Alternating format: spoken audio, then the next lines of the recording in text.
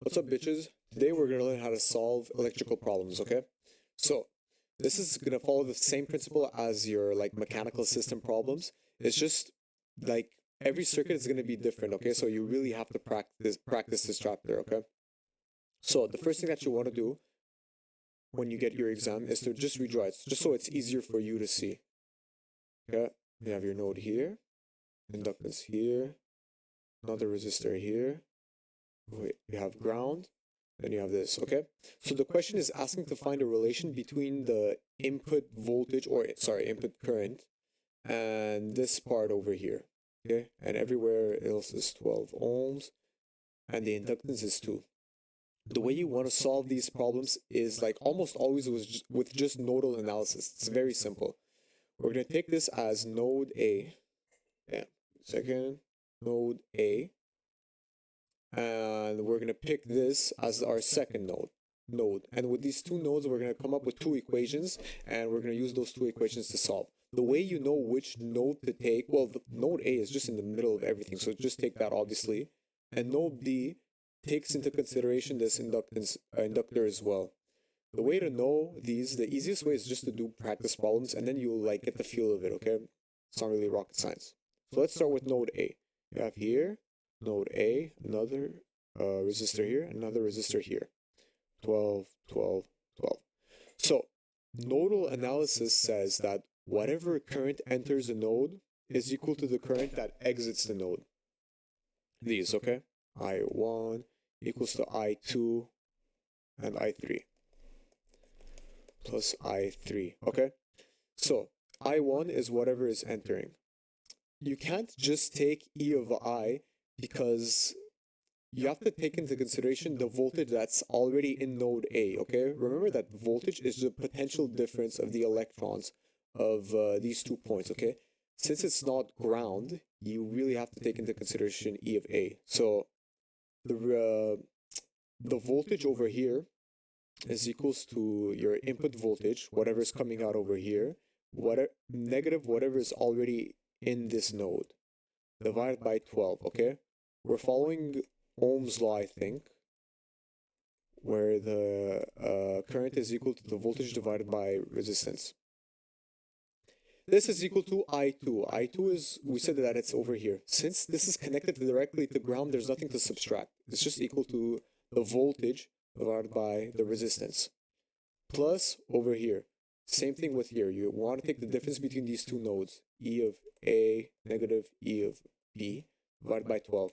The reason why we're taking E of A negative E of B is because at A, the voltage is stronger than at B because it's going through a resistance, so it's lessening.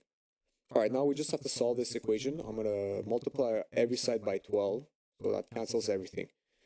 E of I negative E of A equals A plus E of A negative E of B. I'm going to send E of E on the right side, E of B left side, so we get E of I plus E of B equals 3 E of A. This is our first equation. Next, let's analyze node B. You have over here your voltage, node B, and then your inductor. Okay? So again, whatever current enters through the node is equal to whatever current exits the node, okay? The current over here that's entering, it's equal to E of A negative E of B divided by 12, okay? Because again, there's the node A over here that we have to take into consideration. And this is equal to the current through the inductor. So usually when you're taking this class, you're going to get a formula sheet. And in your formula sheet, it's going to say that I of L is equal to the initial current plus 1 over L integral of E of L. So you're going to get some shit like this in your formula sheet. That's what we're going to use, except we're going to almost always consider this equal to 0, the initial, okay? That's just going to simplify it a lot. E of A negative E of B divided by 12 equals 1 divided by our inductor, which in this case is 2, integral of the voltage through the inductor. So to get rid of this integral, we're just going to derive everything, okay? You don't need to do anything like fancy. It's just going to be equal to whatever voltage or whatever component you have. You're just going to take the derivative. Nothing fancy. Equals 1 over 2 e of L. And that way we get rid of the integral, okay? I'm going to multiply both sides by 12. Then we get e of A negative e of B equals 6 e of L. We have our second equation, okay? I'm just going to write these out. Let me scroll down. A negative e of B equals 6EL. And the first equation that we got was, where is it? That. E of I negative, wait, what was it? Plus E of B, 3 of A. At this point, you're going to realize, oh, we don't have E of 0, right? And there's like E of A, E of B. You don't need any of these, okay? At this point, you just want to look at your circuit. And, goddamn, what the fuck? What just happened, bro? Sorry about that. Okay. Look at E of 0, okay? It's just between E of A and E of B. It's just a potential difference between these 2 points, okay? So now you want to solve for one of these and then plug it into your equation, okay? I'm just going to solve for E of A because it's simpler. So I'm going to send this to the other side, E of B, okay? Now also, the derivative of E of A is going to be equal to the derivative of this equation. That's it. That's all we need to know. Just going to write it here as well. My shit works. There you go. Okay. So, let's plug it into this equation. E of 0 plus E of B negative E of B equals 6 E of L. This cancels out. E of 0 equals 6 E of L. So now, again, we have E of L. It's like a voltage that we really don't need. So you go to your circuit again, and you just pay attention, okay? Like, here you have a voltage over here. It goes through this resistance over here, and then you have this voltage, E of B. When this voltage goes through the inductor, like the inductor, it's not going to change the voltage. It's going to, unless if the current changes, it's just going to like stay the same. So the voltage that goes through the inductor is just equal to the exact same voltage as E of B because it's connected directly to ground. So we can consider that E of B is equal to E of L. So next, we can say finally that E of 0 divided by 6 equals E of B. Now we've solved for E of A, we've solved for E of B. You just plug it into this last equation over here. E of I plus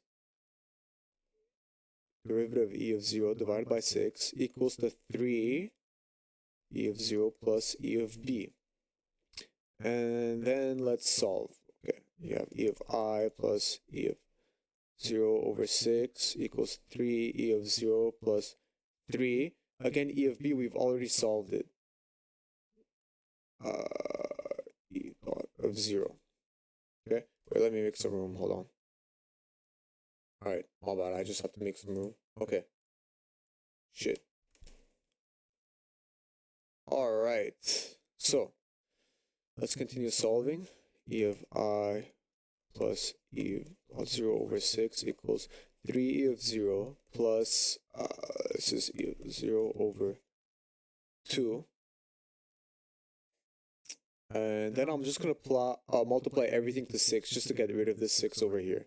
6 E of I plus E of dot of 0 equals 18 E of 0 plus 3 E of dot of 0.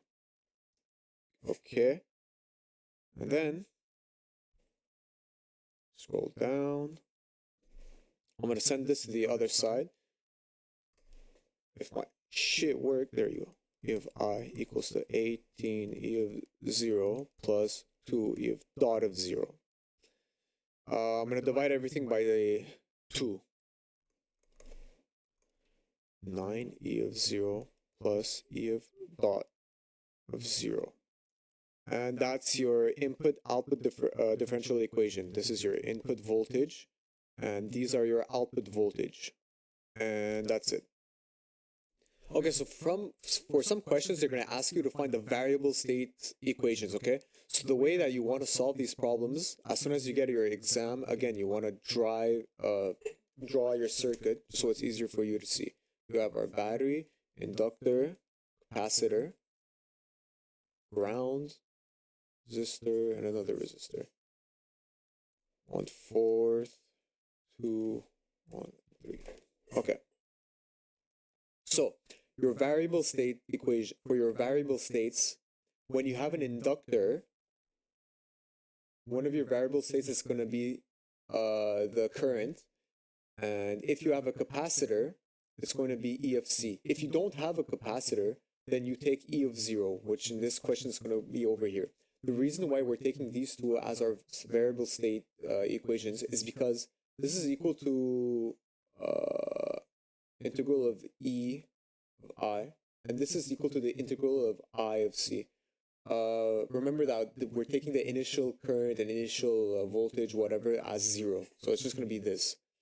When you solve these equations, you're going to get like a standard model for your variable states. So it's easier to like simulate and solve. That's why we always take these as our variable states. Okay.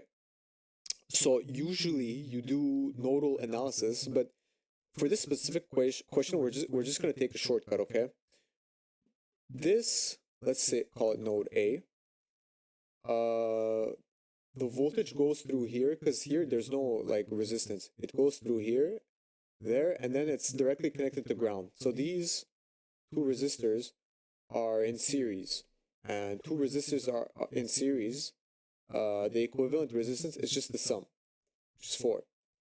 So if we do take node A, you have your inductor, capacitor, and the R equivalent. That's 4 ohm. Okay? Whatever current goes into the node is equal to whatever current comes out of the node. So I of inductor is equals to I of C here plus over here, which I is equal to V over R. Since this is directly connected to ground, we could just call it E of A. We don't need to subtract anything, divided by the resistance, which is 4. So keep in mind that when something is in series, the voltage gets affected, but the current is the same. But when something is in parallel, like over here, the current splits, but the voltage is still the same.